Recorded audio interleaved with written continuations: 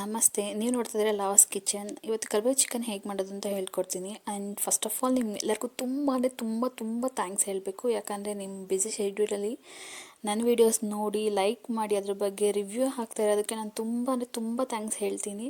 ಇದೇ ಥರ ನನ್ನ ಪ್ರೋತ್ಸಾಹಿಸಿ ನಾನು ಇದೇ ಥರ ವೀಡಿಯೋಸ್ ಜಾಸ್ತಿ ಮಾಡ್ತಾನೆ ಇರ್ತೀನಿ.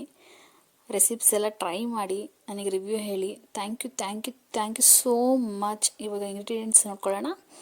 ಫಸ್ಟು ಚಿಕನ್ ಬೇಕು, 2 ಆನಿಯನ್ ಚಾಪ್ ಮಾಡಿರೋದು, ಕೊತ್ತಂಬರಿ ಸೊಪ್ಪು ಮತ್ತು ಹಸಿಮೆಣ್ಸಿನ್ಕಾಯಿ, ಬೆಳ್ಳುಳ್ಳಿ, ಶುಂಠಿ ತೊಗೊಂಡಿದ್ದೀನಿ. ಮತ್ತು ಕರಿಬೇವು 1 ಬೌಲ್ ತೊಗೊಂಡಿದ್ದೀನಿ. ನಂತರ ಉಪ್ಪು ರುಚಿಗೆ ತಕ್ಕಷ್ಟು, ಧನಿಯಾ ಪೌಡರ್ ತೊಗೊಂಡಿದ್ದೀನಿ, ಮತ್ತು ಚಿಕನ್ ಮಸಾಲ ಪೌಡರ್ ತೊಗೊಂಡಿದ್ದೀನಿ, ಮತ್ತು ಸನ್ಪ್ಯೂರ್ ಎಣ್ಣೆ.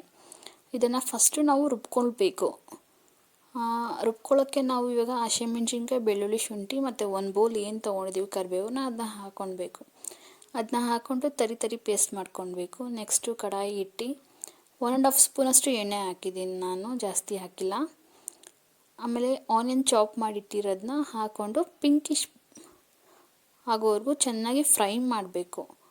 ಫ್ರೈ ಮಾಡಿದ ನಂತರ ನಾವು ಇವಾಗ ತರಿ ರುಬ್ಕೊಂಡಿದ್ವಲ್ಲ ಆ ಪೇಸ್ಟ್ನ ಹಾಕಿ ಚೆನ್ನಾಗಿ ಫ್ರೈ ಮಾಡಬೇಕು. ಹಸಿ ವಾಸನೆ ಹೋಗೋವರೆಗೂ ಚೆನ್ನಾಗಿ ಫ್ರೈ ಮಾಡಬೇಕು. ಆನಂತರ ಅದು ಫ್ರೈ ಮಾಡಿದ ನಂತರ ಅದು ಎಣ್ಣೆ ಬಿಟ್ಕೊಳ್ಳುತ್ತೆ. ಅದು ಎಣ್ಣೆ ಬಿಟ್ಕೊಂಡಿದ್ದ ನಂತರ ನಾವು ಚಿಕನ್ ಹಾಕಬೇಕು. ನಾನು 1/2 kg ವಿತೌಟ್ ಸ್ಕಿನ್ ಚಿಕನ್ ಹಾಕಿದ್ದೀನಿ. ವಿತ್ ಸ್ಕಿನ್ ಚಿಕನ್ ಬೇಕಾದ್ರೂ ಹಾಕ್ಬೋದು. ನಂತರ ನಾನು ಅದಕ್ಕೆ ಒಂದು 1/2 ಟೇಬಲ್ ಸ್ಪೂನಷ್ಟು ಸಾಲ್ಟ್ ಹಾಕಿದ್ದೀನಿ. 1.5 ಸ್ಪೂನಷ್ಟು ಧನಿಯಾ ಪೌಡರ್ ಹಾಕಿದ್ದೀನಿ. ಮತ್ತು ಚಿಕನ್ ಮಸಾಲ ಪೌಡರ್ ಬಂದುಬಿಟ್ಟು ನಾನು 1.5 ಸ್ಪೂನಷ್ಟು ಹಾಕಿದ್ದೀನಿ. ಇದನ್ನೆಲ್ಲ ಹಾಕಿ ಚೆನ್ನಾಗಿ ಫ್ರೈ ಮಾಡಬೇಕು. ಫುಲ್ ಮಸಾಲೆ ಎಲ್ಲ ಮಿಕ್ಸ್ ಆಗಬೇಕು ಚಿಕನ್ ಒಳಗಡೆ. ಫುಲ್ಲು ಫ್ರೈ ಮಾಡಬೇಕು.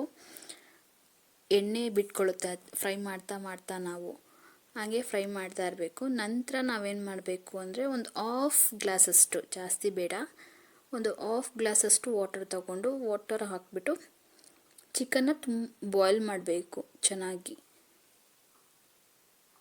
ಬಾಯ್ಲ್ ಬರ್ತಾನೆ ಇರುತ್ತೆ. ಬಾಯ್ಲ್ ಬಂದಿದ ನಂತರ ನಾವೇನು ಮಾಡಬೇಕು ಅಂದರೆ ಸ್ವಲ್ಪ ಕರಿಬೇವು ಸೊಪ್ಪು ಹಾಕಿಬಿಟ್ಟು, ತುಂಬ ಕರಿಬೇಕು ಅಂದಾಗ ಅಲ್ಲೇ ಆಫ್ ಮಾಡ್ಕೊಂಡ್ಬಿಡಿ. ಇಲ್ಲ ನನಗೆ ಡ್ರೈ ಬೇಕು, ಮೀನ್ಸ್ ಸಾಂಬಾರ್ ಜೊತೆ ರಸಮ್ ಜೊತೆ ತಿನ್ನೋದಕ್ಕೆ ಅಂದರೆ ಓಕೆ, ಆ ಥರನೇ ಆಫ್ ಮಾಡ್ಕೊಂಡ್ಬಿಡಿ. ಇಲ್ಲ ನನಗೆ ಸ್ವಲ್ಪ ಚಪಾತಿಗೆ ಅನ್ನಕ್ಕೆ ಬೇಕು ಅಂದಾಗ ಈ ಥರ ಸ್ವಲ್ಪ ಬಾಯ್ಲ್ ಬರ್ತಿದೆ ನೋಡಿ, ಈ ಥರ ಟೈಮಲ್ಲೇ ನಾವು ಆಫ್ ಮಾಡಿಕೊಂಡು ಕೊತ್ತಂಬರಿ ಸೊಪ್ಪು ಹಾಕ್ಕೊಂಡು ರೆಡಿ ಮಾಡ್ಬೋದು. ಮತ್ತು ಇದೇ ರೀತಿ ನಮ್ಮ ಚಾನಲ್ನ ಸಬ್ಸ್ಕ್ರೈಬ್ ಮಾಡಿ, ಲೈಕ್ ಮಾಡಿ, ಕಮೆಂಟ್ ಮಾಡಿ, ಶೇರ್ ಮಾಡಿ. ಇದೇ ಥರ ನಮ್ಮನ್ನೆಲ್ಲರಿಗೂ ಪ್ರೋತ್ಸಾಹ ಕೊಡಿ. Thank you.